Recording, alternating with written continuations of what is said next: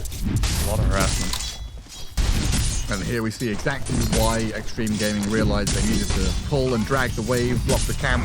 If ET is allowed to just 1v1, and hell, even 1v2 these guys with some spirit damage, you can absolutely bully Jinku away. Yeah, for sure. There is no way that you fight into the Elf Titan.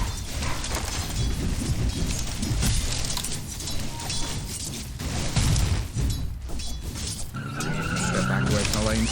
Try and pull across into the large camp. Done by Jackie. Pulls the tomato potato. Radiant structures are They are gonna manage to stop the pull, but people still go the way of ET.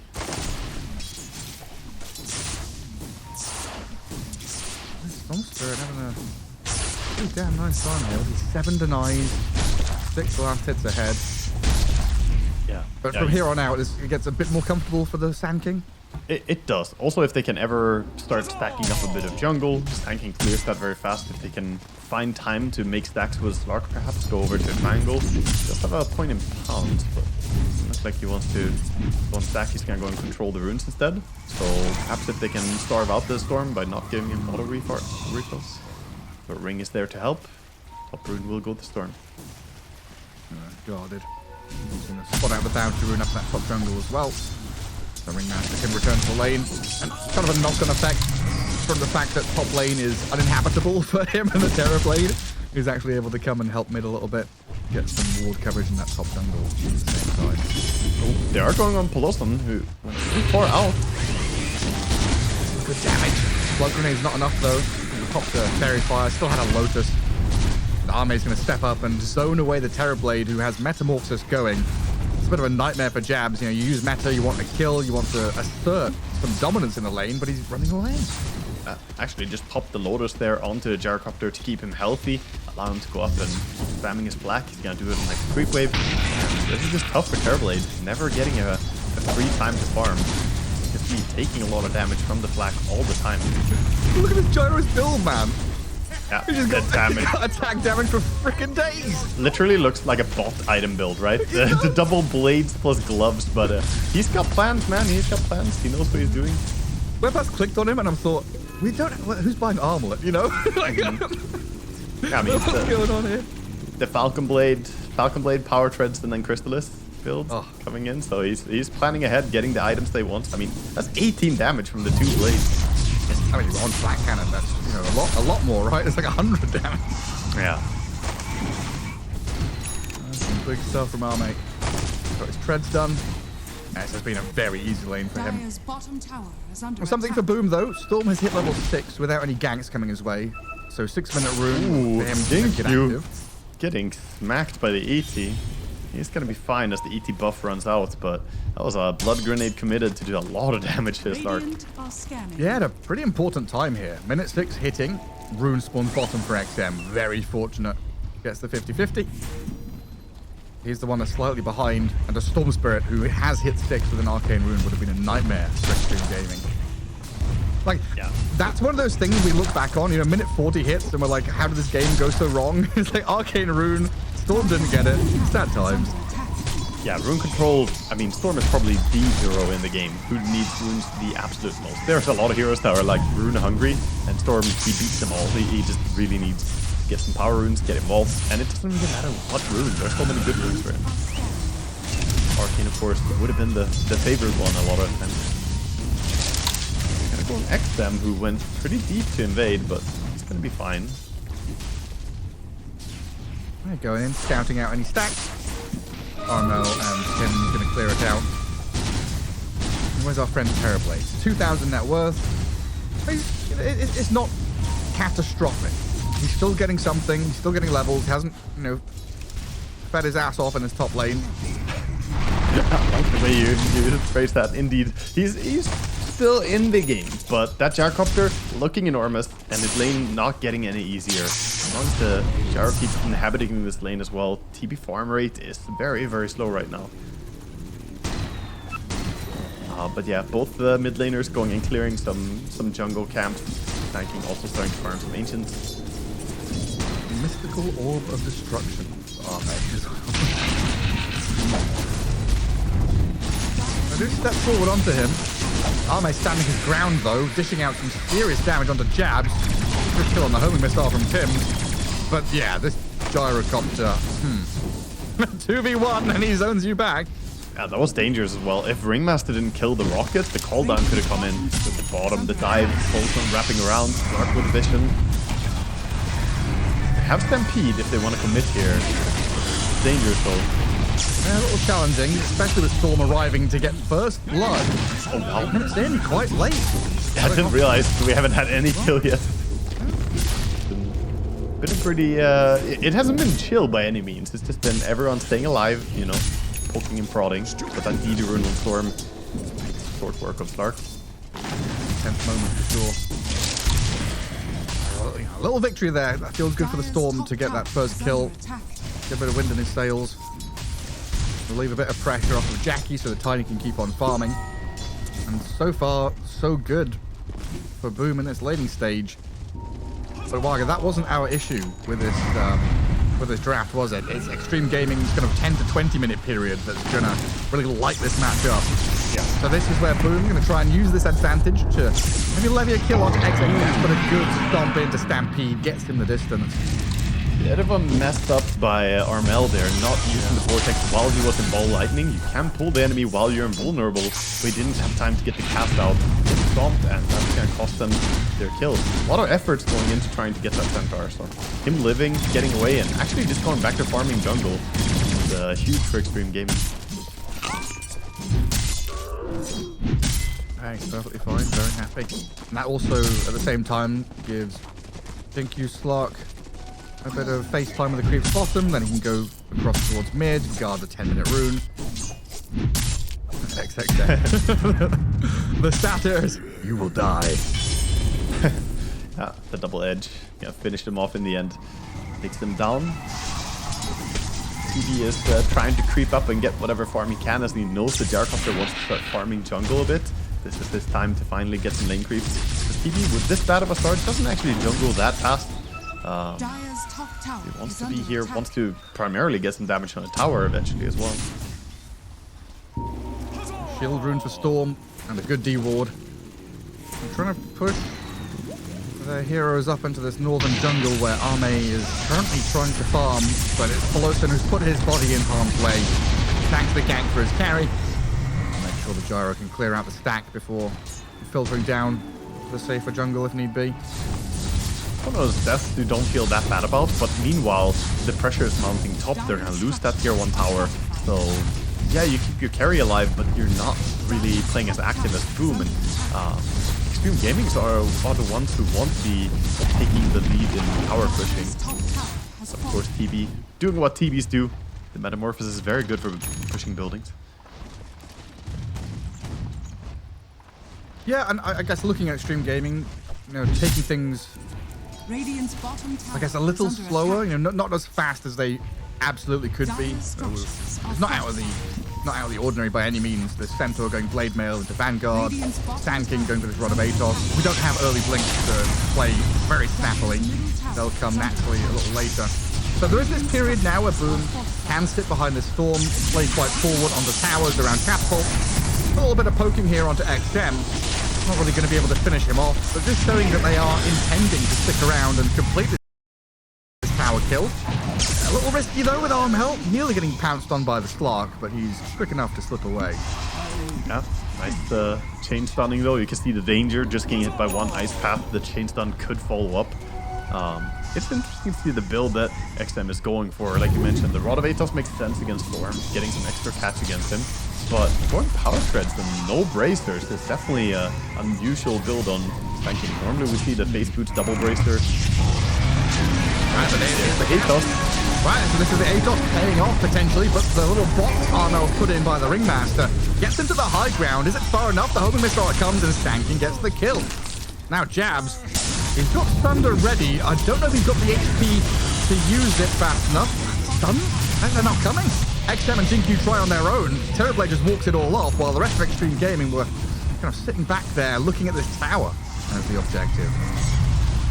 Yeah, looking for some way of pushing, but the building damage not really high enough, and they're respecting the potential tiny TP. So Gyro says, I don't want to go up and start hitting this tower. He would almost die immediately to one Ava-Toss combo. Actually, there's no toss yet on Tiny. He's, of course, going for a standard build. But he would almost die to Tiny just going in and smacking him anyway. He's got the Echo Saber on Tiny. Good little punch back though by Extreme. Showing they're no slouches and they can't pick up that pace around item timings. But these stacks for Boom, pretty nice on that left-hand side. Tiny then, of course, clearing through this outer ring of jungle to accelerate his farm. Tiny, Storm, and Terrorblade. A pretty fearsome trio of heroes if they're actually allowed to hit their items. Yeah, they've been very diligent about creating stacks non-stop as well, and meanwhile Tiny holding on to that bottom part of the map, and they did open up the top part by taking out the tower. Right now Boom are in a good spot to outfarm Extreme Gaming. Extreme Gaming with a minor gold lead at the moment, but that could swing if the board state looks like it does right now. So that's why we see them activate. I think they want to upset things. They want to go down and take that bottom tower. We can see everyone congregating towards the tier 1. Yeah, especially just before minute 15. Get control around that tormented area. The Tiny out of this bottom area.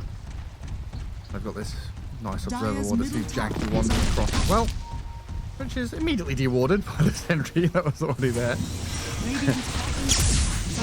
They're going to team swarm up the Ancients here, Jabs and Armel together. Combine their powers to take this out, but that does mean that they're investing resources into clearing Ancients, while, of course, bottom tower is being taken out by the Centaurs. So their powers combined. Captain Planet had the power of Earth and Love and Water and Rain, and yes, Storm Spirit can fit in there, but I've never heard the power of Terror being brought to Captain Planet's aid. By the power of fear. Yeah. Usually the bad guys cutting down rainforest that have the fear and the terror. TB is my favorite superhero. He just scares people. They'll never do any bad stuff again, Gareth. He just comes in and looks at them. TB rolls for intimidation, gets nat 20 every time. I would also be intimidated. He has a pipe in his inventory right now, and he's coming to look for a team fight. This can be a tough fight as Extreme Gaming rely heavily on their magic damage. When Gyrocopter isn't there, pretty much all their damage is magical.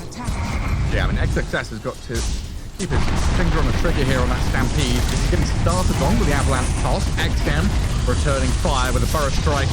The damage is lacking, though, as you said, with his Hive and protection, his Boom that turn and kill the stacking off. Gyrocopter launches some rockets and missiles their way, but Boom have claimed this fight as Tiny stays by the box, deciding which way to go. Jinx having a bit of a poke and a prod here as he snipes his courier on his way through. Extreme not giving up control of this area, still sticking around, but that means Jinx is left isolated and slain. A Stomp and asleep on his Centaur. Peloton sent back by the Reflection, so XXS now left alone with no Stampede, trying to stomp his way out of here, but that's not going to work out. Centaur getting clipped down, 3 gone, and Boom, a real declaration there around this tight timing of jab. Yeah, that item timing just came in so clutch. That was the reveal as well. I don't think they actually got vision of him before he joined this fight. So Sanking jumping in, committing everything, hoping to get that burst onto the Storm, but the stage was there. And now going for a quick Tormentor afterwards as well. One of the best places to take a team fight. You win a team fight bottom, you immediately get the shard. Gotta be the ET shard, CPR, and of course the ability to hop in now. See a recap here as they started out the fight. See the Storm and the Tiny, and then bursting onto a Tiny, but that is such a hard kill. There was even Thunder behind them. Like they had that ready. In the end, they pulled the trigger on that when Spark jumped in, but back in live, he has to stay stuck around down bottom and just slowly get brought down. Another Macroplier. And a kill for Extreme. Yeah, it was that Tiny standing in epicenter Macroplier, not really caring all that much. Yeah, this is health and the magic resist he's got. This is early in the game as well. Tiny's to just scale to become near unkillable later on. Normally we see TB picked as a counter to Tiny, but it actually works really well as a medic for Tiny as well, because you can give so much HP with Thunder. Tiny having that huge max HP makes it very valuable. And does TB have... Well, he does not have shard yet. He does have the gold for it. I wonder if he wants to buy something else first. So it's gonna be straight shard after the fight. Radiant's bottom tower is under attack. I'm honestly really impressed with how Boom handled himself these first 20 minutes or so.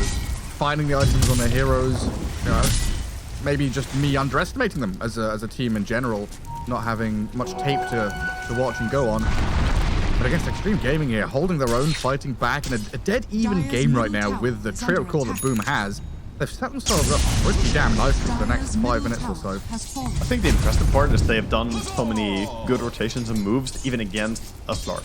It can be so hard against the vision disadvantage that you're, going up against when you're playing into Slark. But yeah, they've combined their powers really well. One is making a goal into Ame here. I don't think this is a kill, but maybe with Remaster's help.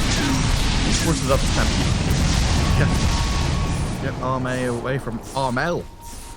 Radiant Get are him out of there. scanning. XM. Where's he off to? What are they off? Holds the burrow. Waits until the last moment, but Armel is just going to skip away with his Kaya stand. Some good combinations. So Storm committing, going in. Yeah, pretty much out of mana now, but they get the kill on Paulson and Extreme Gaming running for the hills. It looks like Gyrocopter made that call to evacuate the area while XM decided to go aggressively in. Leaving the support isolated. That's really reassuring for any Boom fans watching right there, seeing Armel just jump in like that. Even when it was very low resources, he trusted that he had his team behind him. He had the pipe nearby, he had TB right behind him. He knew that I can go in and catch this, and even if I'm low, I should be fine. Playing really, really well right now. And Extreme, not really able to match the same speed and tempo. Of course, this rather Atos on tanking to catch people does delay some of his timings as well. He went back for the blink, of course, because he's tanking, you need it. But this means his Aghanim Scepter, his Brooch timing is going to be all that much later due to Atos as well. And now Extreme Gaming, if they've not been feeling super comfortable the way these fights are going, it really is about hitting those next round of items. BKB Gyrocopter. Key one here for Ame to feel happy. While he's still out there being annoying though, Jinkyu is consistently behind enemy lines, scouting, and just his presence is enough there for Storm and Ringmaster to say, hey, okay, we'll get out of this top left corner, we'll reposition ourselves. While Extreme Gaming then go and control the top rune. Yeah, rune control, very important. Could be a way back into the game for Extreme Gaming here. You don't want to keep letting the Storm get these power runes and allow him to gank with advantage like that. Storm, though, pretty happy to farm as well. He's working on his BKB next. He has the Kaya Sanj going already. He only needs 1,500 more gold for the Mithril Hammer, and then he will be at full BKB. And they have murderous intent here. They're going through the gate with the smoke. This is a gank designed to look for the Gyrocopter before his BKB timing. Yeah, where's Gyro? Ame's pinging the Shrine of Wisdom like Jakiro. Ame knows, man. Ame knows. He wanted to farm down here, but he immediately changed his route and goes into his own safe jungle. Actually, he's still not sure where to go. He just knows the map is not safe. Yeah. But that's already damage done, whether he dies or not. I mean, this is time spent running around not farming. And right now, he's actually caught up by Tiny. When you have Gyrocopter, you normally want him to be the one big, carry everything, so he needs to be ahead of at least the strongest enemy player.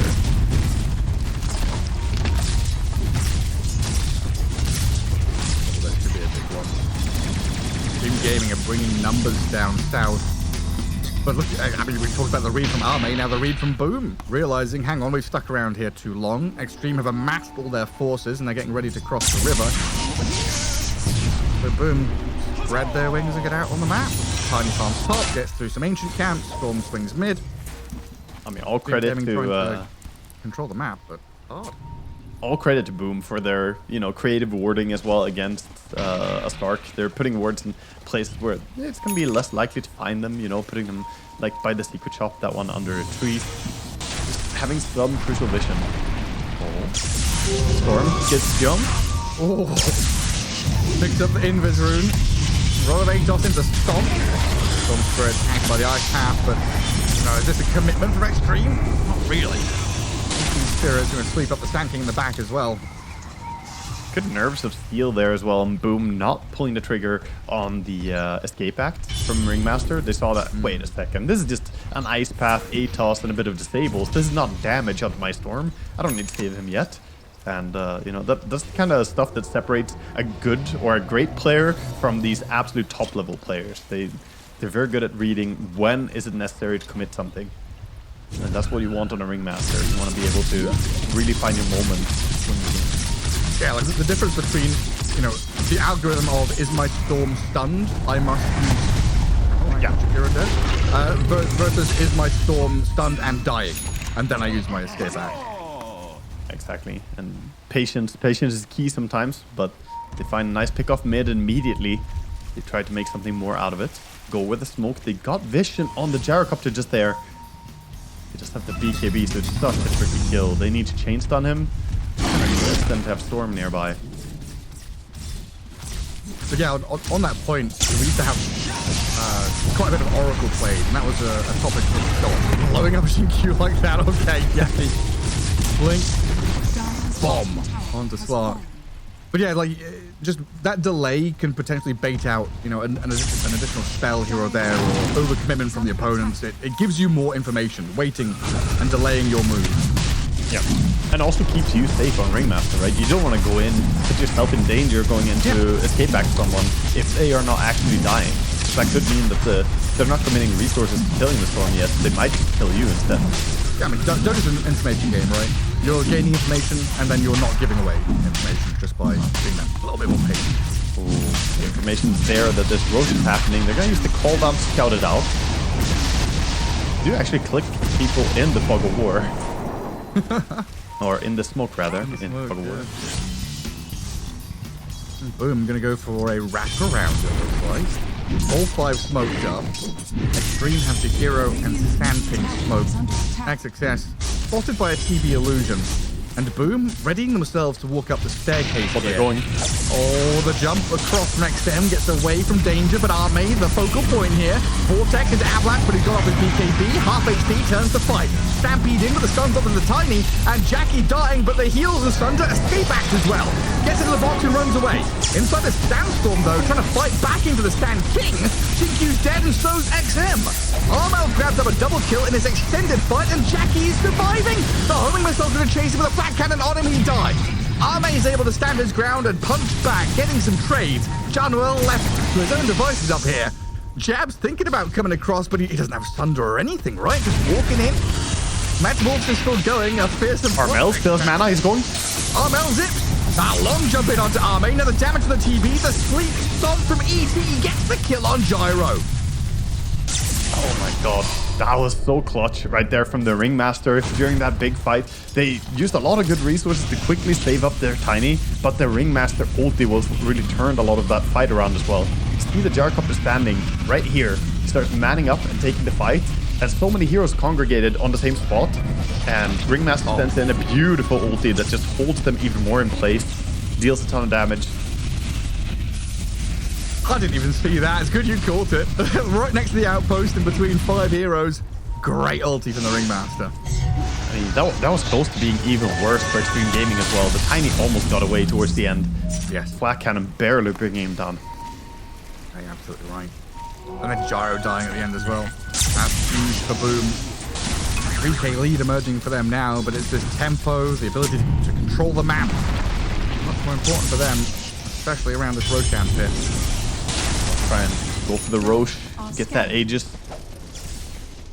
Tiny getting really farmed right now, and Storm having such a great game as well. 4, 1, and 6. Didn't hold in 10 kills, only died the one time. First pick, by the way. Yeah, I mean, it's working out really well. They actually elect to put the Aegis on the Tiny. This is aggressive. When you give the Aegis on Tiny here, that says, I want to go high ground. Like, we want to push and actually do building damage ASAP. So normally I would say Storm Aegis would have been a no-brainer here, but they want to go for buildings. They don't want to let this game go much later and let the Gyrocopter become that big threat. As I mentioned, the Gyrocopter with Centaur in ultra late game here, it could be really hard to play into.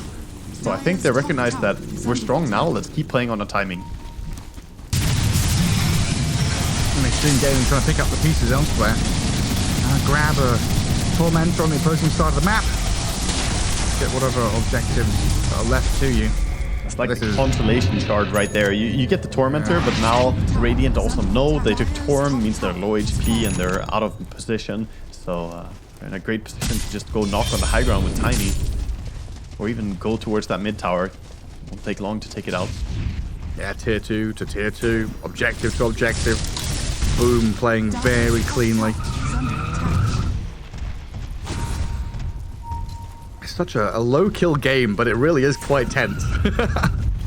Explosive, like both teams have explosive damage and the ability to jump. It just has been a very steady run to minute 30. Yeah, it hasn't felt like a slow game by any means. The kill score kind of says that it is, but there's been a lot of poking and prodding at each other here. These teams kind of fighting for the top position. One big thing that changed from the last fight though is that Pipe is complete on Exocast now on the Centaur. So he's Pipe Crimson Guard, now able to provide more damage mitigation as well for his team. They didn't have that last time. Would have been really useful for them. Oh no, not again. Not even a chance to use any of his 4 escape abilities, like it's 5. He's got a Glimmer Cape now. Yeah. Epicenter. Call down. But going in on Tiny. Macropire, but the escape axe puts him in the box. Timms gets away from danger, but Jackie's still going to lose his first life here. And he just claimed up while Extreme Gaming reconsidering this fight now. Stormer jumped in. The Stampede will allow some of them to escape, but not XM. I feel like that was inevitably how it was going to go. You commit a bunch of resources to kill a Tiny, and then you just get punished for it afterwards. You do get the Aegis at least, but at the cost of your mid player, you have the price already. And it's not like the push is stopped. The tower is still going to drop. Yeah, it maybe stops that push to high ground, or maybe stops the push on tier 2 bottom, but Boom's still feeling the groove. Yeah, they're not going to commit high ground, but that also means that they're happy. They got the kill on the mid player, get extra value, and now back to farming and fixing lanes. You can see them already moving to take every advantage they can. They haven't grabbed their own wisdom yet, so Ringmaster going to swing over and take that. It's just so important controlling the map, right? Those was it Paravision had one of these little content moments. I think that's what it was. I can't remember exactly, but cameras on them. They've stepped away from game 2 in the series, and they've got Astini, their coach, just saying, every time you get a kill, go cut a wave, kill a tower, cut a wave, get Roshan, cut a wave, kill a wave here, kill a wave. Like everything you do is centered around pushing waves, getting information, closing the map in around your opponents.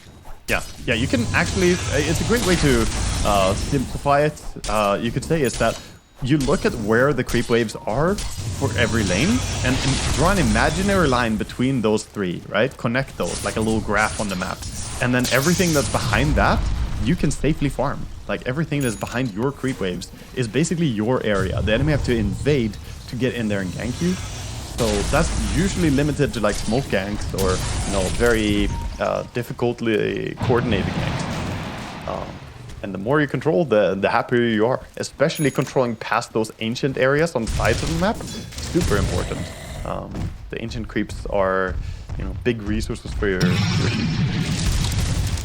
God, you made me think about like high school mathematics for some reason. The area under a curve doing differentiation or integration or whatever the hell it's There's called. probably very mathematical ways you could express, the Dota map control.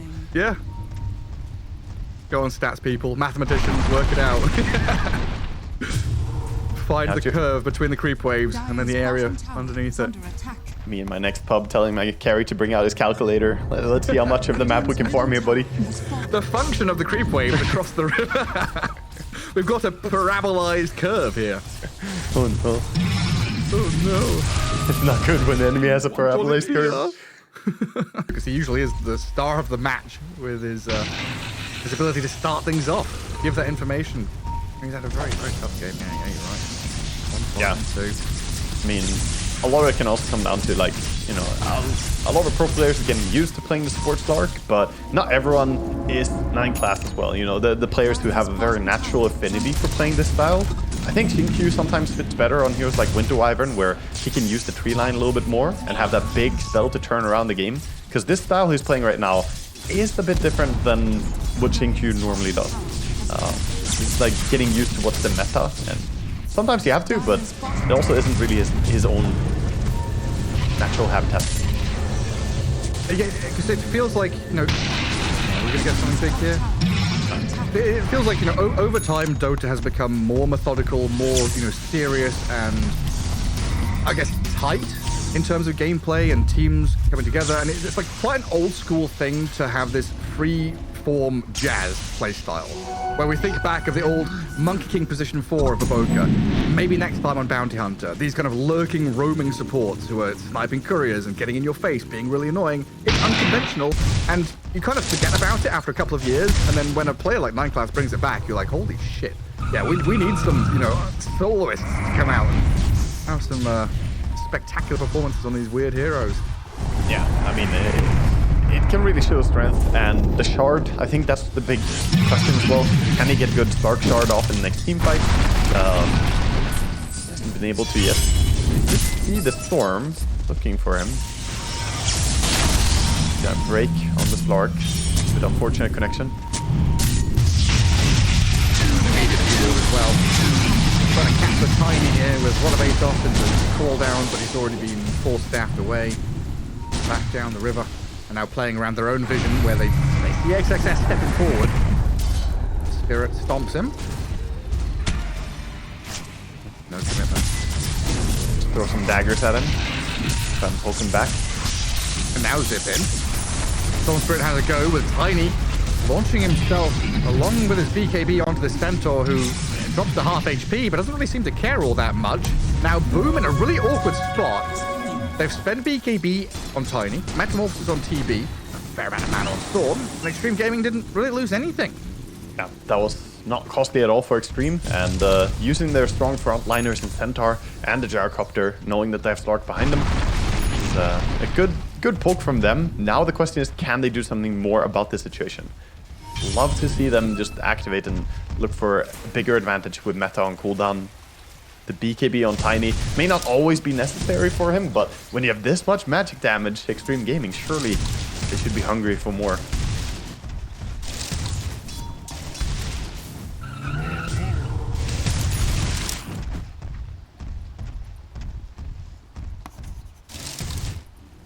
Orchid TB now. These more little annoying nuisances in these fights Extreme have to deal with. Yeah, pretty natural build up as well towards that Bloodthorn.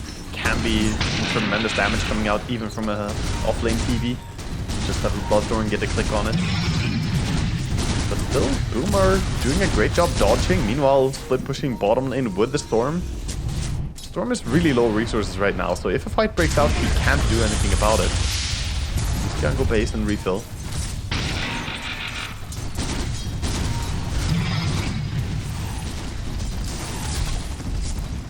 I think the timing, you can see Extreme Gaming, they have a timing that they have in mind. It's going to be the butterfly for Gyrocopter. Once he gets that butterfly along with the Daedalus he just completed, that's going to be really, really strong, and he will be countering the Tiny, who has no True Strike yet.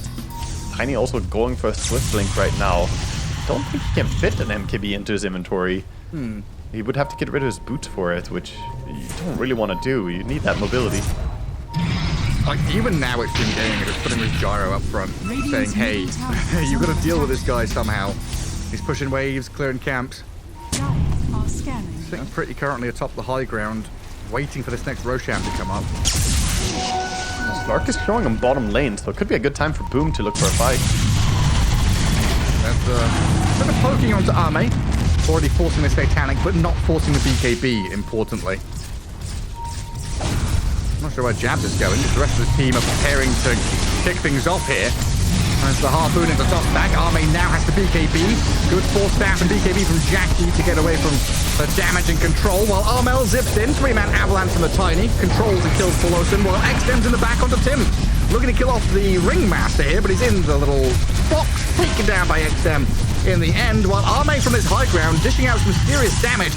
Flacking all over the place, but Armel zips back in with Jackie to take down the Sand King, looking at the Centaur now. And bit by bit, Boom, yes, with some buybacks, have picked apart Extreme Gaming. Yeah, 2 buybacks though. Both their supports were brought down in the fight. Had to double commit for that, but pretty happy to do so when they know that Roche should be spawning any moment. They, of course, don't know the exact timing. It's a late spawn, actually. But it's going to be up in 25 seconds. Well in time for Boom to take it before Extreme Gaming are going to be back. At the same time, you use 2 buybacks on support, but that's rarely a win condition to play towards. It's not like, oh, let's gank the Ringmaster and then we can end the game. This respawn is still going to be pretty fast from being level 17. Yeah, Bloom going to be super happy with this sequence of events. As long as they don't give up Roshan. I'm going to go back into scouting, guys. Keep an eye on it. They got the little TV illusion sitting there waiting. He's got to see it now. Pings come out and... So Tiny thinking about going high ground, dealing some damage, but instead opting to play the safer route. Still 30 seconds on Sanking and Centaur. So we've got ourselves the Aegis and the Roshan's banner here for Boom. Do we give the Aegis to Tiny again? Is that a high ground play once more? I think so. Actually, yeah. I think so. Because Tiny has to frontline a lot in this game. Like, I'm usually all about that Aegis on Storm. I think he's literally the best Aegis hero in the game.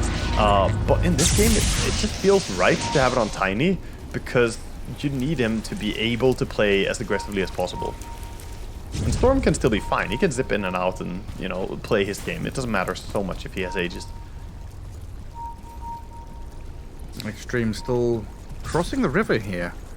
Xinqiu's in behind them, scouting things out. Kept the deep observer board down, but equally there were pings there from the Ringmaster. I think they know exactly where this Clark is. Into his ultimate, shadow dancing and TPing away. The stuns have not been dodged enough. Xinqiu still going to get caught. Self-fuels, another little invis there through his shard, but inevitably he's going to fall. The upside, though, is this is on the doorstep of the Radiant base, miles away from the Dire base. It did take them like 20 seconds as well to bring him down finally, so at least he created quite a bit of space before he died. And as you mentioned, he's going to have time to respawn here. 40 seconds, it's a while to get across the map. They're instead going to eye up the Tormentor on the side of Boom. Get themselves the shard. They did get the previous shard as well. Let's see what they get this time. Gonna be Storm. Nice bit of damage increase coming in for him. Yeah. Even more.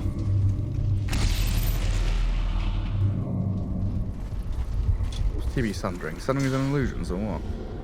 Yeah, just healing up. I think did he sunder the ET? Either way. I don't know. I heard it and I was like, what's going on? Yeah, I'm not even sure, honestly, but gets some HP back. Didn't even think he was that low, to be honest. He has the shard and the pipe. His HP regen is sitting at 70 per second, so I can't imagine he needs the healing that badly. Maybe that's a little bit of fun. That's a disgusting amount of HP regen. 70 per second on a hero with 30 armor. That's pretty nutty. Yeah, you just get some raw HP, get some stats on him. Yeah. That's pretty good. Obviously, Jakiro kind of going out into these dangerous parts of the map, get some farm which no one else is going to get. At the same time, a bit of ward coverage across the map as well. So Extreme Gaming are eventually going to have to stop these Boomer heroes from destroying their base. 2.5 minutes on Aegis. Tiny ready to wander up onto this high ground and hit buildings. And the rest of the team prepped behind him. Tiny wants level 25 pretty badly. He's very close to it as well. Wants to just grab some experience on mid. Knows that there are a few heroes nearby, but doesn't care too much. Master's nearby to save him. Actually, they got tossed. Oh, I thought they tossed back. There it is. Well, they do now. Stampede comes out. And XXS glimmered up, still being chased and hounded by Armel. Vortex is there. I'll turn onto this Centaur, who's in that little Shadow Dance shard from the Spark. Meanwhile, Arme trying to step forward here with BKB Satanic, but Arme's just dying. Jackie's killed XXS. Jabs has killed Arme. There's no buyback on the Centaur. There is on the Gyro, but this might just be Boom going high ground and killing all the buildings. Well, Jackie's just going to hit the tier 3. Armel pretty low on the resources now, but they forced the buyback out of Gyrocopter, and that's a victory in its own right. Gyrocopter took 5,400 damage from TV, by the way. He just lost the battle against the offlaner, is what happened right there. And, you know, their net worth were pretty similar, but I would not expect the Gyro to get destroyed that hard. The Bloodthorn coming in, doing big work, of course, going through the butterfly, dealing a ton of damage.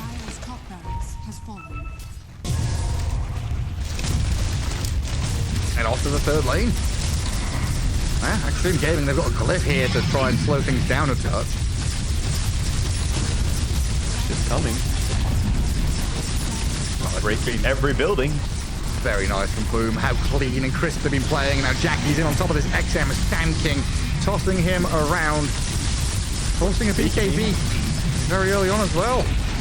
And they're out. Boom are so happy with what just happened, getting massive kills, forcing buybacks, getting mega creeps.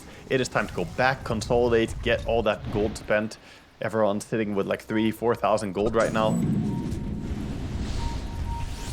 Get some items, but they're actually looking for more, holding this high ground vision they have. I mean, Jackie is just looking at these extreme gaming heroes like little crash test dummies. Goes in, the lifeless, body of someone getting tossed around. They do fight back though. Extreme Gaming trying to stop Jackie and his aggressive actions. We still have the Aegis on Tiny though, so just the first life being claimed, while in the back we've got XM being chased out by Armel. Storm gets the kill there. XXS has died to Jabs. Arme is going to step up with his BKB Satanics, but there is not much that he can actually do. Now he's being slept up. Wheel of Wonder comes in. Arme being annihilated. Down you go with no buyback. 2 minutes, no gyrocopter. XM forward to Armel on the right-hand side, and Boom have taken game 1. Jack Boy's tiny, man. He's just here doing some big damage, destroying people. Boom looking fantastic in game 1 of this series. Jabs didn't die a single time despite having a really horrible lane as the Terrorblade. He was unable to touch creeps. Just sipped some lemonade after that. That was easy game. Timings. Yeah, the pipe on TB, that fight in the bottom right-hand corner, superb from Boom to just weather the storm in this laning stage. And like honestly, I don't know, I keep looking at this Terrorblade, 4-0-16. I can't believe it. You say it, I look at it, I read it, but my brain does not accept that this Terrorblade, who was in an awful lane, didn't die, and then still was higher net worth than the Gyro at the end. I mean, he was 2.4 when Gyro was 4k net worth. Like, he was so far and out, but it all goes to show if you understand your team and what timings you can play on. That pipe, as we mentioned, is just massive this game. They got a huge first team fight with it. They got the Tormentor very quickly afterwards, and then they kept that ball rolling as well. And, I mean, later on in the game, he found himself just out man-fighting a Gyrocopter, which is something I never expected him to do in this game. It's insane, honestly. I mean, quite often Arme was alone and maybe not protected by the Crimson or the Pipe as much as he would have liked, but this was very well played across the board by Boom. I do want to kind of look back, and it is very kind of, maybe it's rude to look at it retrospectively like this, but like, could we think about these items from Sand King and Centaur as being maybe out of order, or the Rod of Atos first, the No Braces, the Treads, the Crimson before the Pipe? These are fine in a vacuum, but in this game, could they have done something differently? I think ultimately it's like this. The Rod of Atos is nice for catching the Storm, but because of the Ringmaster playing so tight with him all the time, you couldn't really get value out of it. You didn't get those pickoffs you want from your Rod of Atos. They caught the Storm a few times, he always got saved. So ultimately, I do think this allure of going for Rod of Atos and fight early was a bit of a bait and did set back to the Sand King. He never got the Brooch, he never got that massive damage coming in, and he never got a fantastic team fight as well. As